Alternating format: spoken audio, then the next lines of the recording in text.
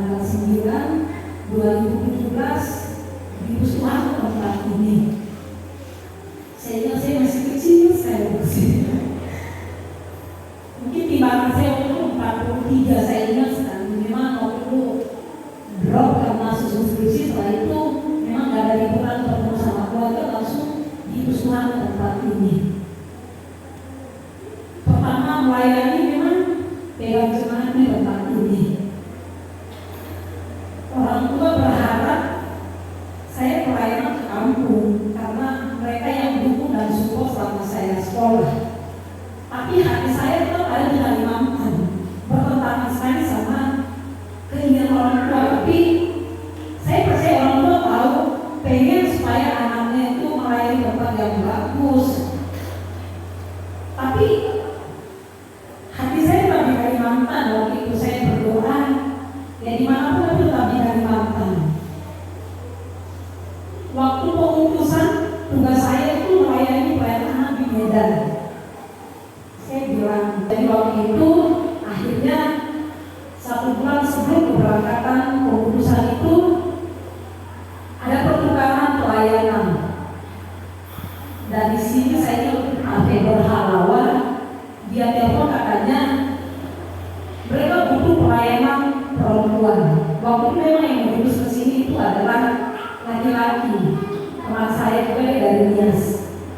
Tapi karena permintaan tempat ini mereka minta ya pelayanan menggantikan mahasiswa praktek, dan mereka minta untuk pelayanan jangan 1 tahun tapi dalam dinas mungkin 3 tahun atau 3 tahun selanjutnya mereka minta perempuan. Hati saya sangat senang pada waktu itu karena Tuhan dengar apa yang saya doakan. Saya rindu untuk masih tetap pelayanan di Kalimantan. 2021 saya sama Pak Gembala menikah. Saya ingat sekali itu di zaman COVID. Saya pulang, itu juga masih berdoa sama orang tua. Bapak saya bilang gak usah ke Kalimantan, kamu pelayanan di Makassar saja. Ya, di Makassar itu fasilitasnya lengkap, kamu pelayanan di kota, gak perlu pikir. Tapi tetap saya gak tahu kenapa hati saya tetap ada di Kalimantan. Berat saya tinggalkan tempat ini karena memang di tempat ini pertama kali saya pegang jemaat, saya bangun jemaat, dan saya renungkan kemarin di Mazmur 23, makanya pujian itu saya akan bawakan itu sangat menguatkan sekali. Karena memang panggilan saya menjadi gembala. Pelayanan tempat ini banyak suka didukanya. Kalau pelayanan enak itu bukan pelayanan, ya banyak enaknya. Satu lagi, kenapa saya nggak mau pelayanan di kampung? Saya ingat Tuhan Yesus saja ditolak di kampung. Jadi saya pengen dari pelayanan di luar dapat pengalaman yang lebih luar biasa lagi. Dan tapi memang kalau harus kembali ke kampung itu rencana Tuhan. Saya sama Pak Gembala memang sudah ada kerinduan. Saya juga Pak Gembala itu sudah cerita juga sama pengurus. Kami rencana tahun depan itu mau pindah tugas. Kami ada doakan 1 tempat, tapi ternyata Tuhan izinkan lebih dulu.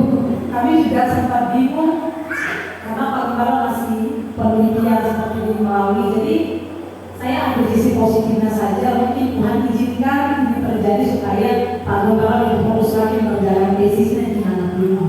Karena nanti bulan Januari dia fokus ke situ, konsentrasinya ke situ. Kami ambil sisi positifnya. Yang memang membuat berat itu harus berpisah. Ada yang ke Kalimantan, memang di Kalimantan, tapi berbeda lagi tempatnya. Ya, terima kasih banyak kepada orang-orang yang pernah bersama-sama pada tempat ini. Dulu Pak Feber ada Tagionya sebagai pengurus juga, dan sampai Bapak Ibu yang sekarang.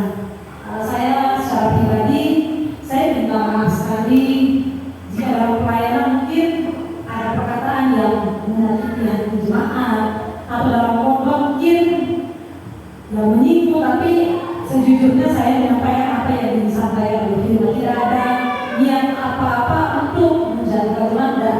Saya selalu mempersiapkan sesuatu, saya selalu berdoa Tuhan apa yang disampaikan, dan minta maaf kalau memang selama pelayanan ada kesalahan baik dari tutur kata atau dari tingkah laku yang tidak mengenakan hati Bapak Ibu. Saya secara pribadi saya minta maaf sekali.